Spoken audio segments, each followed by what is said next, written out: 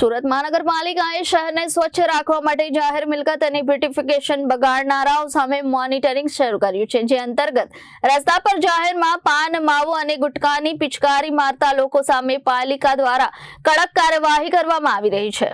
સુરત મહાનગરપાલિકાએ શહેરને સ્વચ્છ રાખવા માટે જાહેર મિલકત અને બ્યુટિફિકેશનને બગાડનારાઓ સામે મોનિટરિંગ શરૂ કર્યું છે, જે અંતર્ગત રસ્તા પર જાહેરમાં પાન, માવો અને ગુટખાની પિચકારી મારતા લોકો સામે પાલિકાની કડક કાર્યવાહી હાથ ધરવામાં આવી રહી છે।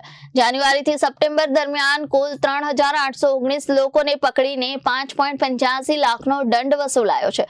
હવે શહેરમાં 4000થી વધુ કેમેરા દ્વારા પાન, માવાની પિચકારી મારનારાઓ પર લાઈવ મોનિટરિંગ કરવામાં આવી રહ્યું છે। આ સમગ્ર કાર્યવાહી પાલિકાના સીસીસી સેન્ટર પરથી કરવામાં આવે છે।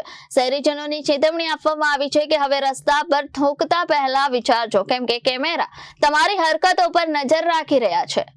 જી મેડમ। ડૉક્ટર ગીતા પટેલ, નાયબ આરોગ્ય અધિકારી, સુરત મહાનગરપાલિકા। મેડમ, કયા પ્રકારની કામગીરી હાલ જાહેર રોડ પર થૂંકનારા સામે કરવામાં આવી રહી છે?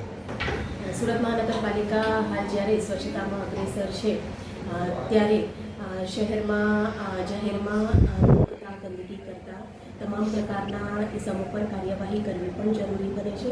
આ અંતર્ગત માનનીય કમિશનરશ્રી, ડેપ્યુટી કમિશનરશ્રી તથા આરોગ્ય અધિકારીશ્રીના સચોટ માર્ગદર્શન હેઠળ તમામ ઝોનમાં કાર્યવાહી કરવામાં આવી છે, જેમાં શહેરભરમાં આવેલ કુલ 3500થી 4000 જેટલા સીસીટીવી મારફતે જાહેરમાં થૂંકતા ઇસમો કે જે જાહેર માર્ગો પર શહેરના બ્યુટિફિકેશનને ખરાબ કરે છે એ તમામ લોકો પર શહેરમાં બ્રેડલાઇનર સર્કલ પર આવેલા integrated command and control centre ICCC ખાતે મોનિટરિંગ કરવામાં આવે છે। અને આ દરમિયાન જો કોઈ વ્યક્તિ જાહેરમાં થૂંકતા પકડાય તો ઝોન સાથે સંકલન કરીને ચલન જનરેટ કરવામાં આવે છે, તેમજ ઝોનના જે તે આરોગ્ય વિભાગ દ્વારા તેમને દંડ કરવામાં આવે છે। આ તમામ કામગીરી જાન્યુઆરીથી સપ્ટેમ્બર સુધીમાં અત્યાર સુધીમાં કુલ 3819 જેટલા લોકોને 5,85,000 જેટલો દંડ પણ આપણે કરેલ છે।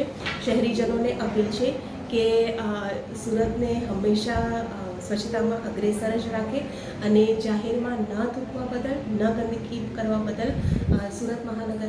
Reporter Arvind Rathod, Janadesh news, Surat.